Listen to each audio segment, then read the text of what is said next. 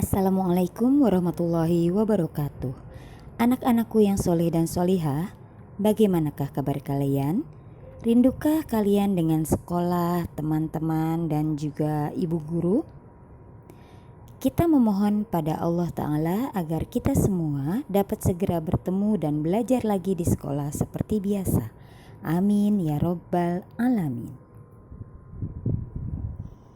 Kali ini kita masih mempelajari tematik tema 9, subtema 1, 2, dan 3 yang merupakan ringkasan bagian keempat.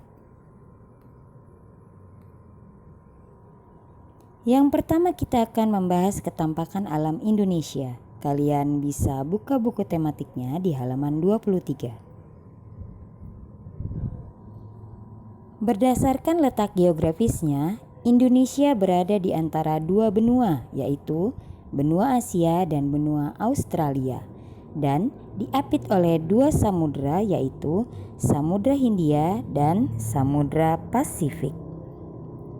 Secara astronomis, Indonesia terletak antara 6 derajat lintang utara dan 11 derajat lintang selatan, serta 95 derajat bujur timur dan 141 derajat bujur timur yang terbentang dari Sabang sampai Merauke.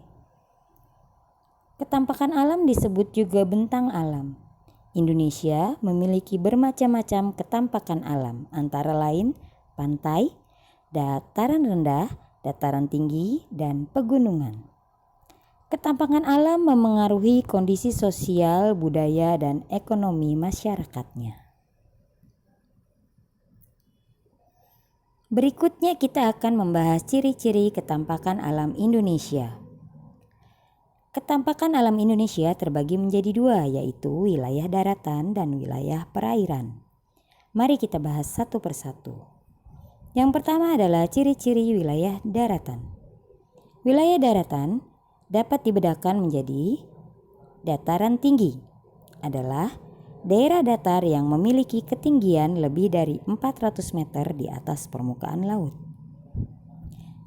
Dataran rendah adalah penampakan alam permukaan bumi dengan letak ketinggian antara 0 sampai 200 meter di atas permukaan laut.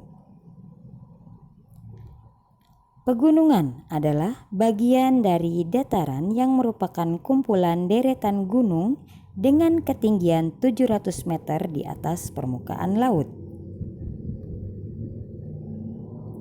Selanjutnya adalah wilayah perairan yang dapat dibedakan menjadi sungai adalah aliran air yang berasal dari dataran tinggi atau pegunungan dan bermuara di laut.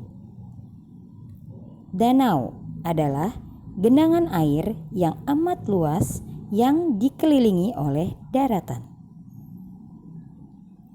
Laut adalah perairan yang luas yang menghubungkan satu pulau dengan pulau lainnya dan airnya mengandung garam.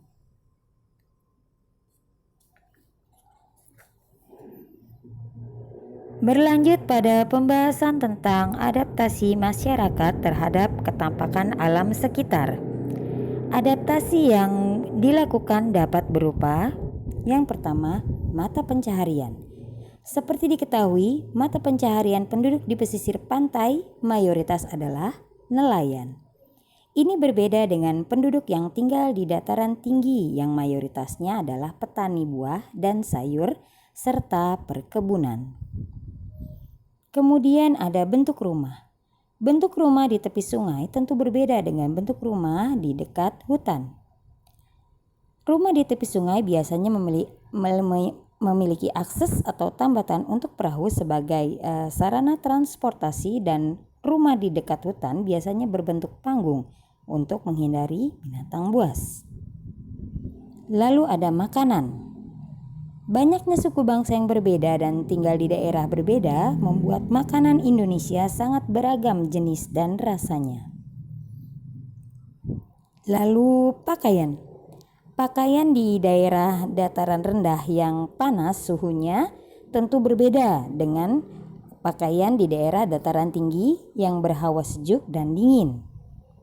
yang memerlukan pakaian yang tebal. Lalu ada peralatan rumah tangga. Karena kebutuhan yang berbeda menyebabkan peralatan rumah tangga yang digunakan juga berbeda.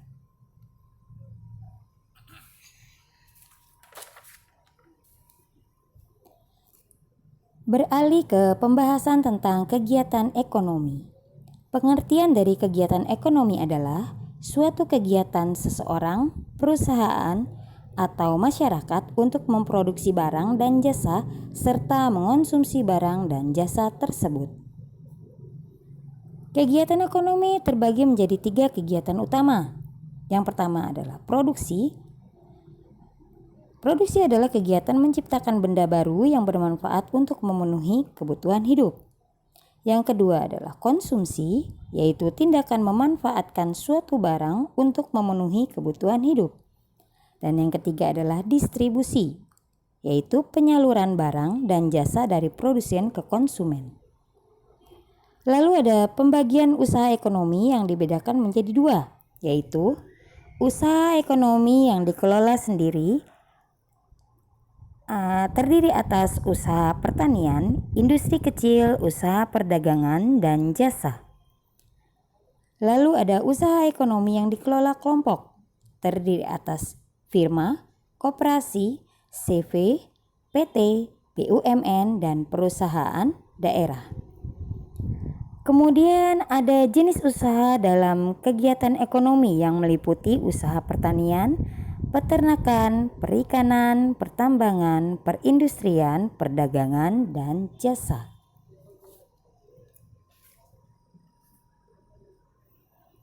Berikutnya kita akan mempelajari tentang menghargai keanekaragaman mata pencaharian masyarakat sekitar. Ada beberapa cara untuk menghargai keanekaragaman mata pencaharian masyarakat di lingkungan sekitar. Misalnya, tidak mencela, mengejek, atau merendahkan mata pencaharian orang lain. Lalu, menghormati orang yang sedang bekerja mencari nafkah untuk memenuhi kebutuhan diri sendiri dan keluarganya. Membiasakan membeli produk-produk lokal atau produk-produk dalam negeri.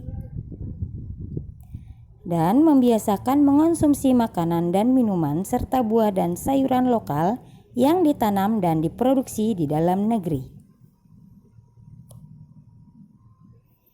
Baiklah, kita telah sampai pada akhir materi ringkasan bagian keempat.